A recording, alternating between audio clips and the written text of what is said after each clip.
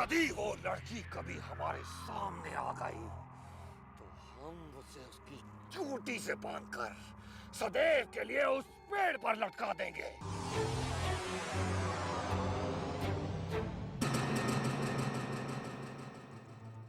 ये अवश्य चंद्रमुखी ही है। बाहर के राज्य के मनुष्य इतनी मीठी मीठी बातें करते हैं। वो तो कलावती है। हमारा नाम कलावती है। यदि हम जहाँ से निकले थे वहीं भटक रहे हैं तो रूपनगर यहाँ से और कितनी दूर है? वास्तव में राजकुमारी चंद्रमुखी कोई और है। आज आप अगर इस कलावती से बात भी करके दिखा दे तो हम चंगू मंगू आपको मान जाएंगे। तुम दोनों यहीं रुको, हम जाकर कलावती को प्रेम का पहला पाठ पढ़ाकर वापस लौटते हैं। वो राजवीर सिंह सुंदर सुंदर कन्याओं के प्राण हर लेता है और दूर जाकर जंगल में फिकवा देता है। क्या? हम कुछ समझे नहीं हुजूर। वो राजवीर सिंह सुंदर सुंदर कन्याओं के प्राण हर लेता है और दूर जाकर जंगल में फिकवा देता है। क्या महामहिम इतने निष्ठुर हैं? हाँ। हमें तो पता ही नहीं था, परंतु क्या करें, हम बड़े विवश हैं। ना कोई आगे है ना कोई पीछे। उनकी चाकरी नहीं करेंगे तो हम भूखे प्यासे मर जाएंगे। हाँ, धुआं धुआं।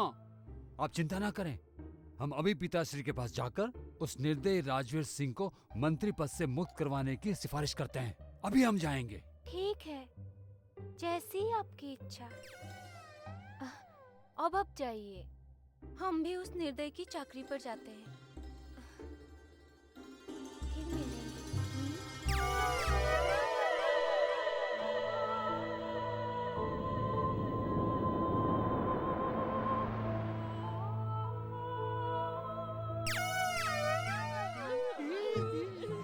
चंगू सरकार इधर आ रही। धुआं धुआं, खेल प्यार का जोर। हमारी सरकार आ गई, हमारी सरकार आ गई, धुआं धुआं, धुआं धुआं, धुआं धुआं।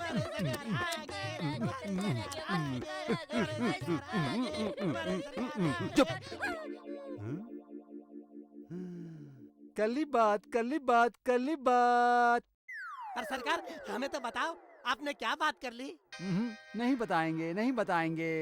सरकार हमें बताइए ना बताइए, हो सकता है हम आपके कुछ काम में आ जाएं।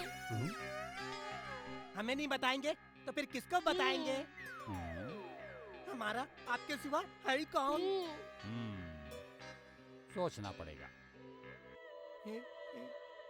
अच्छा ठीक है, हाँ अगर हम बताएंगे तो किसी से कहोगे तो नहीं? अरे सरकार हम क्यों बताएंगे, हमें आपसे ही फुर्सत नहीं है तो हम किसी और को क्या खाक बताएंगे। सही कहा, सही कहा, सही कहा, सही कहा। तो सुनो, कल से हम और कलावती झरने पर एक साथ स्नान करने जाएंगे। सही सही। कलावती इस मूर्ख के साथ झरने पे स्नान करने जा रही है। ये मूर्ख धुआं सिंह क्या कह रहा है? वाह भाई सरकार, फिर तो आप कलावती के मन में छा गए। छा ही नहीं गए, अपितु कलावती के मन में बस भी गए। बस भी गए सरकार। और कलावती ने हमसे यहाँ तक भी कहा कि अब हम उसके स्वप्न में भी दिखाई देने लगे हैं। सरकार आपने एक ही तीर में कलावती को घायल कर दिया। अब तुम दोनों कलावती को कलावती जी कह के पुकारना। जी। और हम प्रेम से अपनी प्राण प्यारी को कल्लो कह के पुकारेंगे। और आगे कलावती जी ने क्या क्या कहा? उसने तो बहुत कुछ कहा। हाँ, यदि हमारी कल्लो को उस निर्दयी राजवीर सिंह के कक्ष में नहीं जाना होता ना, तो हम साथ साथ झरने पर चले जाते और सांझ होने तक स्नान करते ही रहते, करते ही रहते, करते ही रहते। परंतु कल उस राजवीर सिंह को दरबार में नहीं रहने देंगे। परंतु क्यों सरकार? पता है, वो हमारी कल्लो को बहुत पीड़ा पहुंचाता है। ये आप क्या कह रहे हैं सरकार? दिखने में तो महामहिम बिल्कुल सीधे लगते हैं, पर हैं वो टेढ़े, बिल्कुल जलेबी की जैसे। हाँ, बहुत टेढ़े। कल्लो भी कुछ ऐसा ही कह रही थी। यदि पहले पता होता तो पिताश्री से कहकर उसे राज्य की सीमा से बाहर फेंकवा देते। तो इसका तात्पर्य ये हुआ कि कलावती हमसे चाल चल रही है और हम आज तक उसे अपना विश्वास पात्र समझते रहे। तो सरकार आगे क्या करना है? अभी तो केवल राजवीर सिंह की पोल पिताश्री के सामने खोलना हमारा लक्ष्य है। उसके पश्चात कल्लो के साथ विवाह बंद होने की तैयारी करेंगे। विवाह तो तब करेगी जब कलावती जीवित रहेगी। कलावती को अपने किए का दंड तो भुगतना पड़ेगा। कल्लो कल्लो कल्लो कल्लो कल्लो कल्लो कल्लो कल्लो कल्लो कल्लो चलो चलो चलो चलो चलो चलो चलो। देखते हैं वीरेंद्र सिंह की गुप्तचर कलावती महल में कितने दिन जीवित रहती है।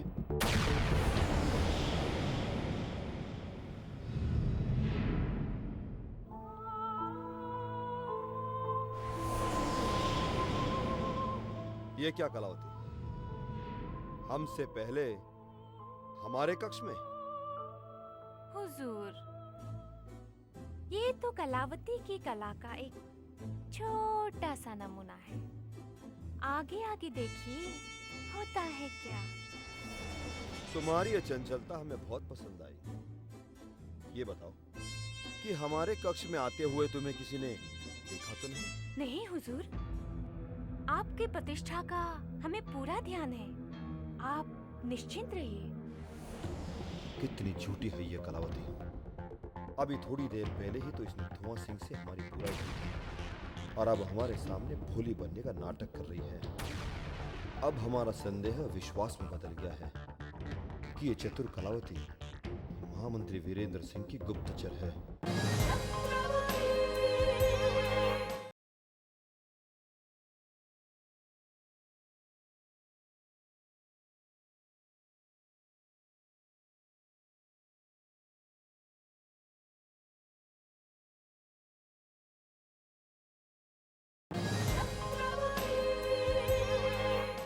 क्या हुआ हुजूर? आप कौन से विचारों में खो गए? हम तुम्हारे ही बारे में सोच रहे थे कलावती। हमें गर्व है कि तुम जैसी चतुर और विश्वासपात्र लड़की हमारे साथ है। ये बताओ कि हमारे लिए क्या नई खबर लाई हो? खबर तो नहीं लाई हूँ, परंतु एक शिकायत करने अवश्य आई हूँ। शिकायत? परंतु किसकी? उस निशाचरी की, जिसने हमारा सारा परिश्रम व्यर्थ कर दिया। निशाचरी ने तुम्हारा सारा परिश्रम व्यर्थ कर दिया? हम कुछ समझे नहीं कलावती। हुजूर, हम उस युवराज भानु प्रताप सिंह को लगभग अपने जाल में फंसने ही वाले थे कि तभी उस निशाचरी ने अपना खेल दिखा दिया और वो युवराज अपने सेवक के साथ हमसे बचकर निकल गया। ओह, ये तो बहुत बुरा हुआ। हमें तो आस थी कि तुम रिक्त हाथ लिए नहीं लौटोगे। उस निशाचरी ने ऐसे क्या कर दिया जिससे वो युवराज तुम्हारे हाथों से निकल गया? निशाचरी ने उस युवराज के सेवक को हमारी सच्चाई और योजना के बारे में सब कुछ बता दिया और सच्चाई जानते ही युवराज हमारे हाथ से निकल गया। कलावती कुछ अधिक ही चतुराई दिखाने का प्रयत्न कर रही है।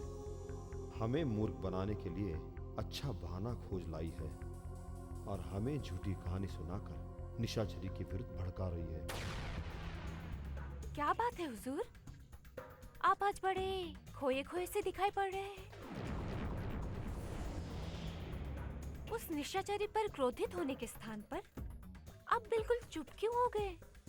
क्या उस भानु प्रताप को खोने का आपको तनिक भी दुख नहीं हुआ? बहुत कष्ट है हमें, परंतु इस समय हम विवश हैं। समय आने पर हम उस निशाचरी को ऐसा पाठ पढ़ाएंगे कि वो जीवन भर नहीं भूल पाएगी।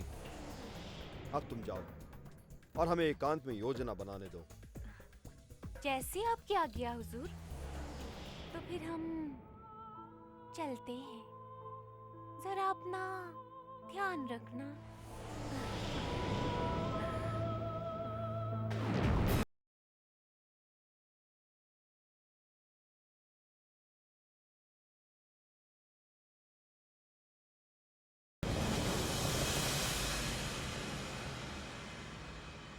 महामहिम क्या हुआ? बहुत उदास दिखाई दे रहे हैं। क्या कलावती कोई अशुभ समाचार लेकर आई थी? नागराज, अब ये कलावती हमें भी अपनी कला दिखाने का प्रयत्न कर रही है। ये तुझ सेविका हम ही से चाल चल रही है। महामहिम, ये तुच्छ लोग कभी विश्वास पात्र हो ही नहीं सकते। जैसे नाग होता है ना, उसको कितना भी दूध पिलाओ परंतु वो हमेशा विष ही उगलता है, ठीक उसी तरह ये कलावती भी है। अगर आप कहे तो मैं इस नागिन का फन। नहीं नागराज, नहीं। अभी हमारा समय ठीक नहीं है, इसीलिए शांत बैठने में ही भलाई है। जब हमारा शुभ समय आएगा तब हम उस कलावती को उसी की कला से समाप्त कर देंगे। धुआं धुआं खेलू चौसर का जुआ। देखिए हमारी चाल, डूब गए ना चंगू, डूब गए ना। वाह सरकार वाह, आपको मान गए। चौसर की कला में आपका कोई जवाब नहीं, और होगा भी नहीं। अब देखना, हम महल के अंदर ऐसी चाल चलेंगे, ऐसी चाल चलेंगे जिसमें फंसकर केवल कलावती नहीं अपितु राजकुमारी चंद्रमुखी भी हमारी रानी बन जाएगी। सरकार, ये आप क्या गजब कर रहे हैं? एक साथ दो दो रानियों को आप कैसे संभालेंगे? अरे मूर्ख, आप दोनों को पाल पोस के हमने अपना पालतू बनाया है, तो फिर दो दो रानियों को संभालने में कौन सी बड़ी बात है? हाँ वाह सरकार, आपके लिए कोई भी कार्य असंभव नहीं है। पर एक कार्य असंभव है सरकार। हाँ? कार्य असंभव? बोलो कौन सा कार्य? वो ये सरकार कि जब आप बारात लेकर वापस आएंगे तो एक घोड़े पर दो दो रानियां कैसे आएंगी? धुआं धुआं धुआं। इतने सरल प्रश्न का उत्तर तुम भी दे सकते हो। अरे हाँ, सरकार अपनी बारात में एक साथ 3 घोड़े लेकर जाएंगे। 3-3 घोड़े? परंतु क्यों? अरे एक पे हमारे सरकार बैठेंगे, बाकी दोनों घोड़े पर दोनों रानियां बैठेंगी, है ना सरकार? नहीं, एक ही घोड़ा होगा, एक ही घोड़ा। एक रानी आगे बैठेगी, दूसरी रानी पीछे बैठेगी। आगे पीछे, एक आगे एक पीछे, और हम महाराज बन के बीच में बैठेंगे। समझे मूर्ख?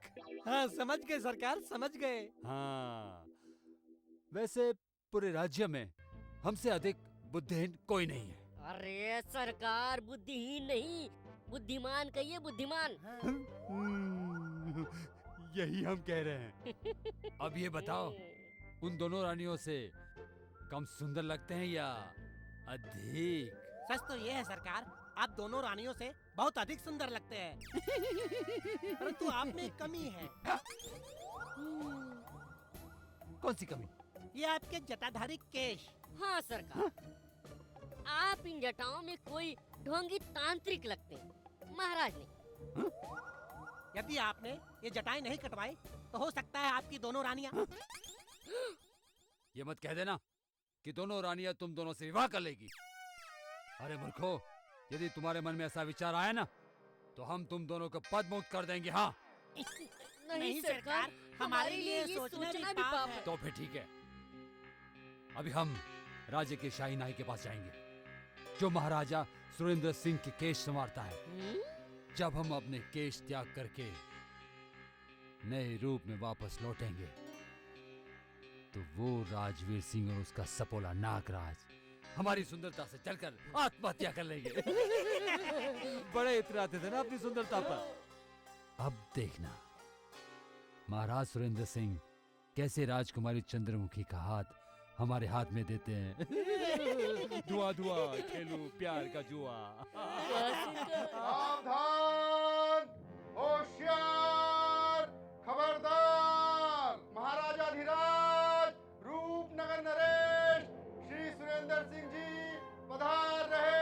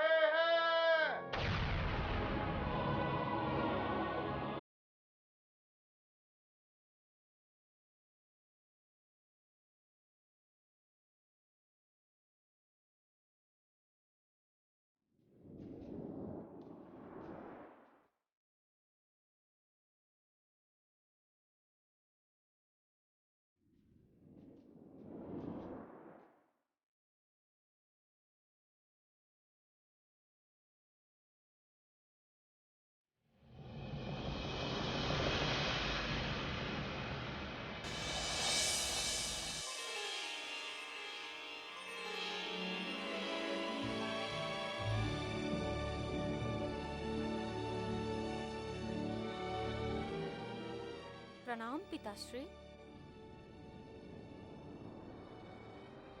प्रसन्न रहो। पर हम ये क्या देख रहे हैं? क्षमा करना, आप हमें एक राजकुमारी के वस्त्र में देखकर क्रोधित हो रहे हैं पिताश्री, क्योंकि हमने आपकी अनुमति के बिना राजसी वस्त्र धारण करने की भूल जो कर दी है। परंतु हम क्या करते, ये हमारा जन्मसिद्ध अधिकार था। जन्मसिद्ध अधिकार? पर हम समझे नहीं।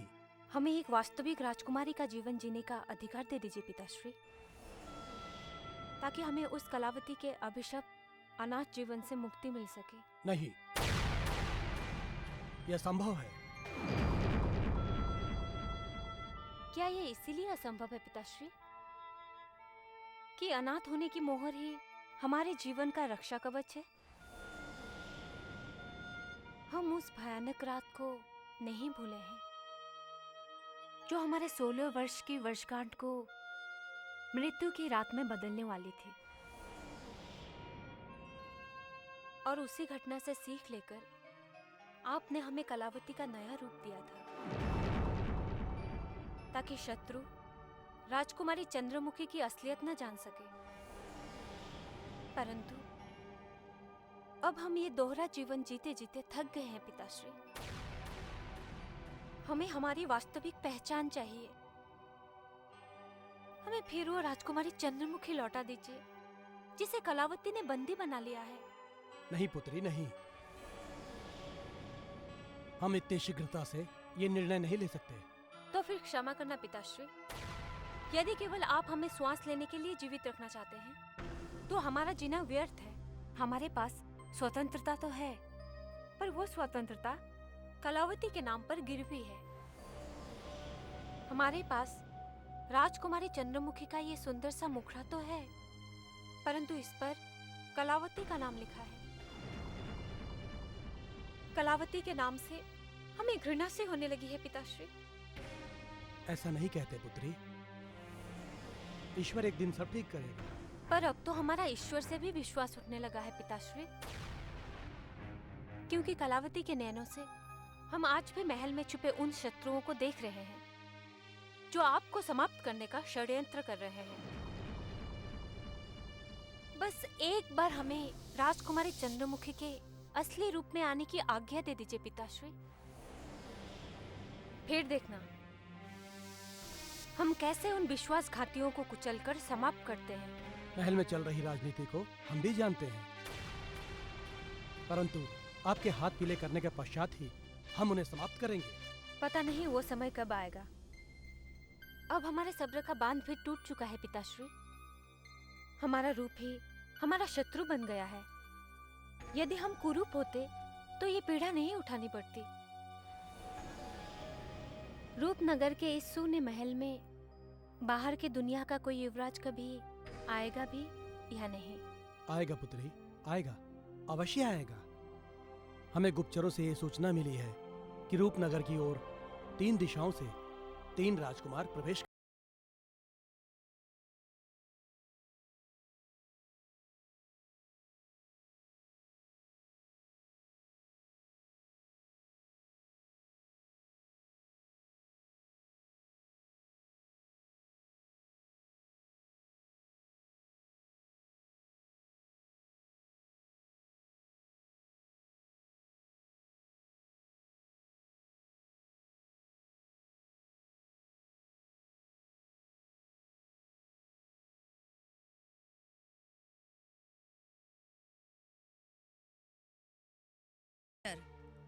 अपने अपने शिकार के लिए घात लगाकर बैठ जाते हैं।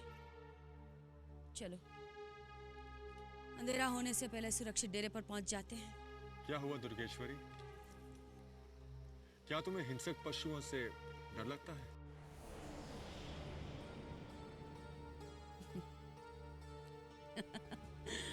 डरा तो हमें मौत भी नहीं सकती, पर एक सरदार होने के नाते तुम्हारी और मेरे साथियों की जिम्मेदारी मेरे कंधों पर है। और फिर आज संकट जंगली पशुओं से ज्यादा मायावी शक्तियों का है, क्योंकि आज अमावस की रात है।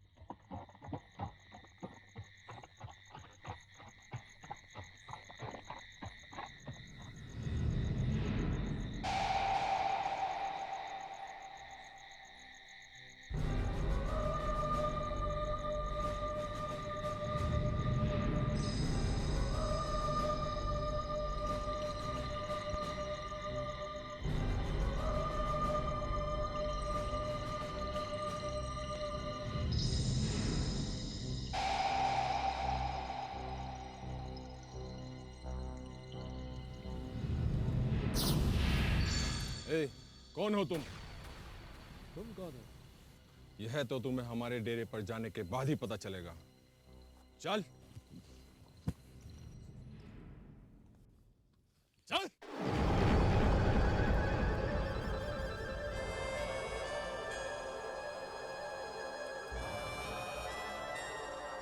कौन है ये? पता नहीं दुर्गेश्वरी, पेड़ के पीछे छुपकर हमारा रहस्य जानने की कोशिश कर रहा था। कौन हो तुम? और इन जंगलों में क्या कर रहे हो? दुर्गेश्वरी,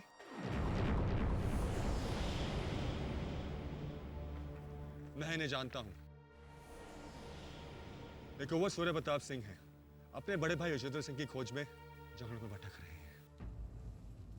विजेंद्र सिंह की खोज में? वही विजेंद्र सिंह जो चंद्रमुखी के राज्य की ओर कूच करते समय अगवा हो गए थे? हाँ, हम उन्हीं को खोजते खोजते यहाँ तक पहुंचे। क्या आप उनको खोजने में हमारी कोई मदद कर सकती हैं देवी? अगर मैं तुम्हारी मदद कर सकती तो मेरे लिए इससे ज्यादा प्रसन्नता की क्या बात हो सकती है कुंवर? कुंवर? आपने हमें कुंवर कहा? एक अपरिचित से इतना स्नेह? हाँ कुंवर, आप अपरिचित नहीं हो, क्योंकि आपके भाई से मैं प्रेम करती हूँ। क्या? हाँ, जब ठाकुर विजेंद्र सिंह चंद्रमुखी के मोहपाश में बंद कर इन जंगलों में इधर उधर भटक रहे थे, तब हमारी मुलाकात हुई। और पता नहीं क्यों पहली ही निगाह में हम एक दूसरे को अपना मन दे बैठे। पर शायद हमारे भाग्य में कुछ और था, इसलिए मिलकर बिछड़ गए। चंद्रमुखी के राज्य का एक राक्षस, उसने उन्हें धोखे से बंदी बनाकर अपने कारागार में डाल दिया, क्योंकि वो भटके हुए राजा महाराजाओं की एक विशाल सेना बना रहा है।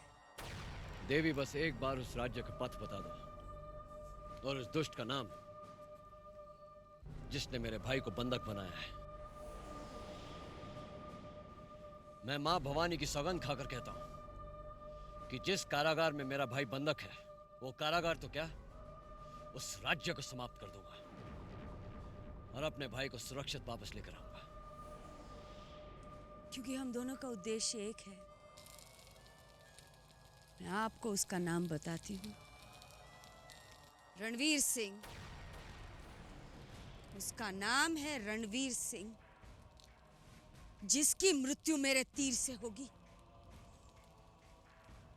दुर्गेश्वरी आपको ये वचन देती है, अमावस की इस रात को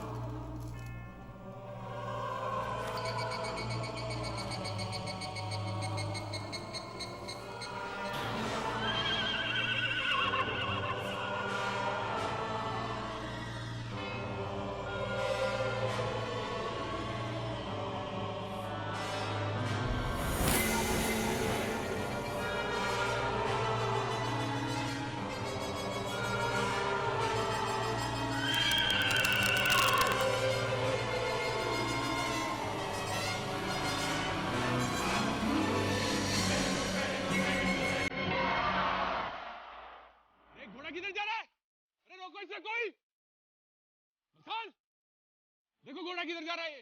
अभी देखता हूँ।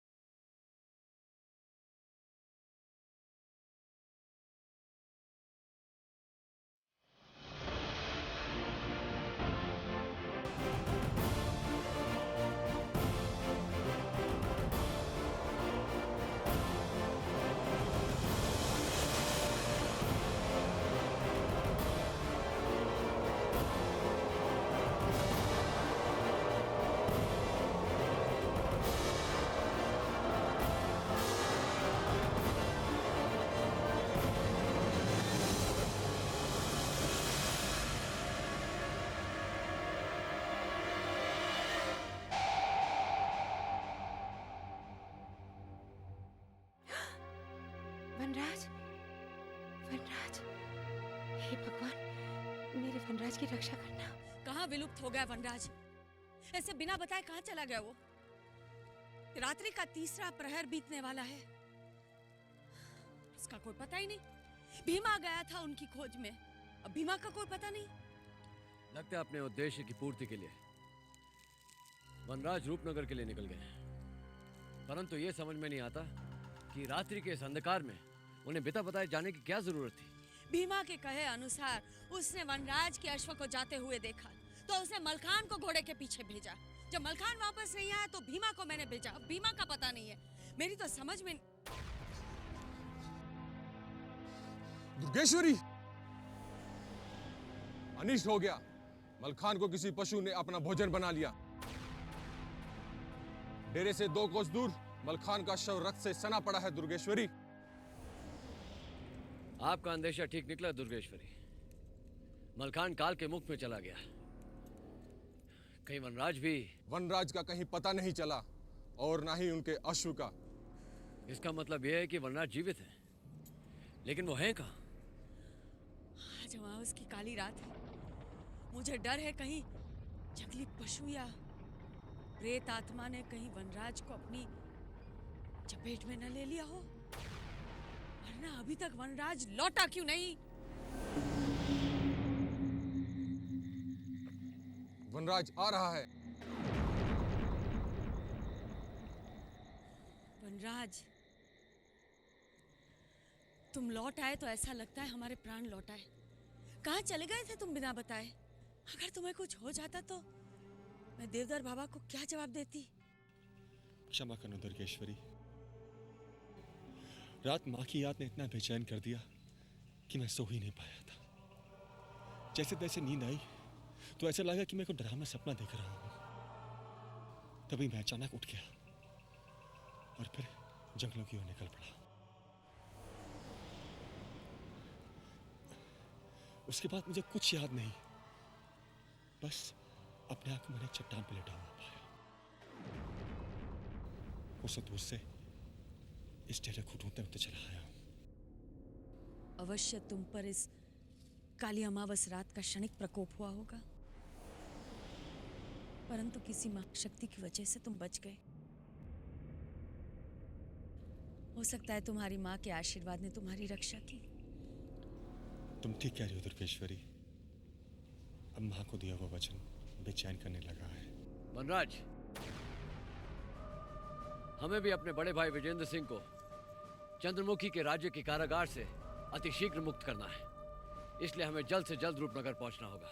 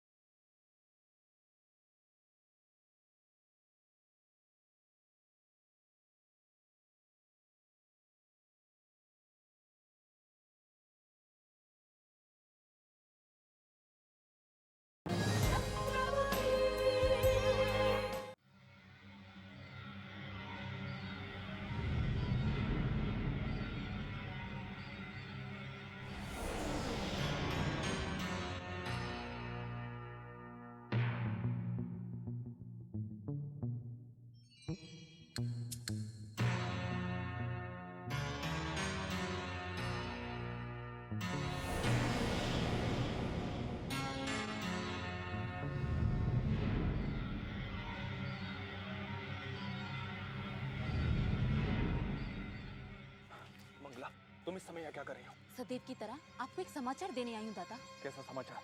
शीघ्र बताओ मंगला, कैसा समाचार? और तुम्हें यहाँ पर आते किसी ने देखा तो नहीं है ना? नहीं, चिंता मत कीजिए नागराज। महल के सभी पहरेदारों को मैं चकमा दे के आई हूँ। वह स्वप्न में भी नहीं सोच सकते कि इस समय मैं आपके समीप हूँ। हमें तुम्हारी चतुराई पर पूरा भरोसा है मंगला, पूरा भरोसा। अब हमें शीघ्र बताओ कि वो समाचार क्या है। कहीं ऐसा ना हो कि हम दोनों को यहाँ कोई देख ले। समाचार ये है नागराज कि आज आपके रणवीर सिंह काली पहाड़ी के उन पुराने खंडरों में पधारे थे। पुराने खंडरों में? परंतु क्यों? और रणवीर सिंह वहाँ क्या करने गए थे? अपनी विशाल सेना को जांचने परखने गए थे। चंद्रमुखी को पाने की लालसा रखने वाले हजारों बंदियों की सेना अब पूरी तरह से तैयार हो चुकी है और सारे सैनिक अस्त्र शस्त्र चलाने की कला में पारंगत हो चुके हैं। तो बात यहाँ तक पहुँच गई है। उनकी भविष्य की और क्या योजना है मंगला? योजना तो अति भयंकर है नागराज। रणवीर सिंह ने अपनी विशाल सेना के समक्ष युद्ध का बिगुल बजा दिया है और घोषित कर दिया है कि रण क्षेत्र में जाकर मरने कटने को तैयार रहें। कौन से रण क्षेत्र में? और वो किस राज्य पर धावा बोलने की तैयारी कर रहे हैं? आप तैयारी की बात कर रहे हैं नागराज? चंद्रमुखी के राज्य पर धावा बोलने की पूरी तैयारी तो हो ही चुकी है। क्या कहीं रणवीर सिंह की मति तो भ्रष्ट नहीं हो गई है, या फिर तुम्हारी दृष्टि धोखा खा गई है मंगला?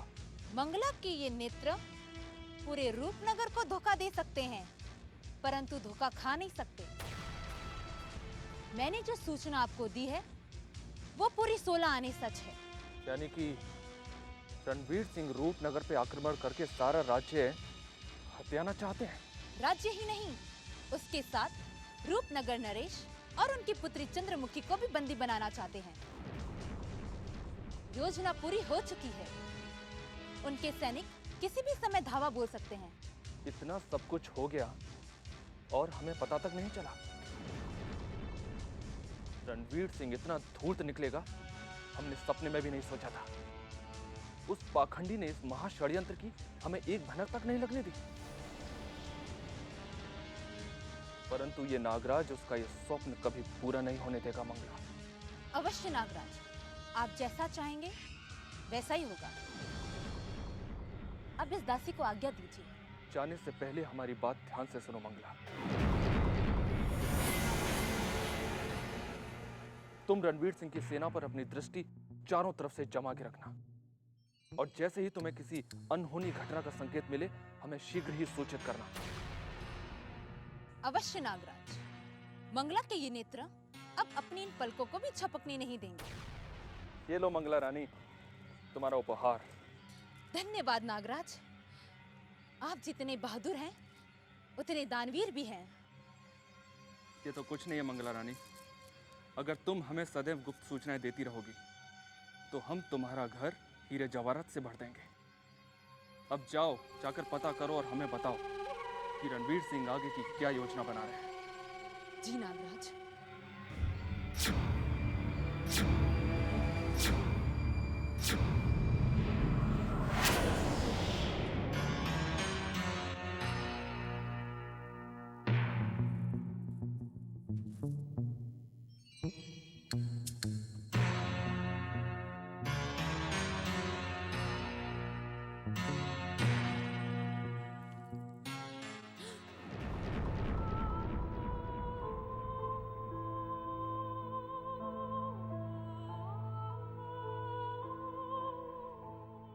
कलावती।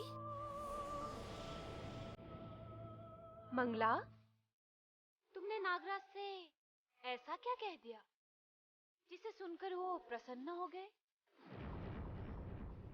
और तुम्हें इतना मूल्यवान उपहार दे दिया?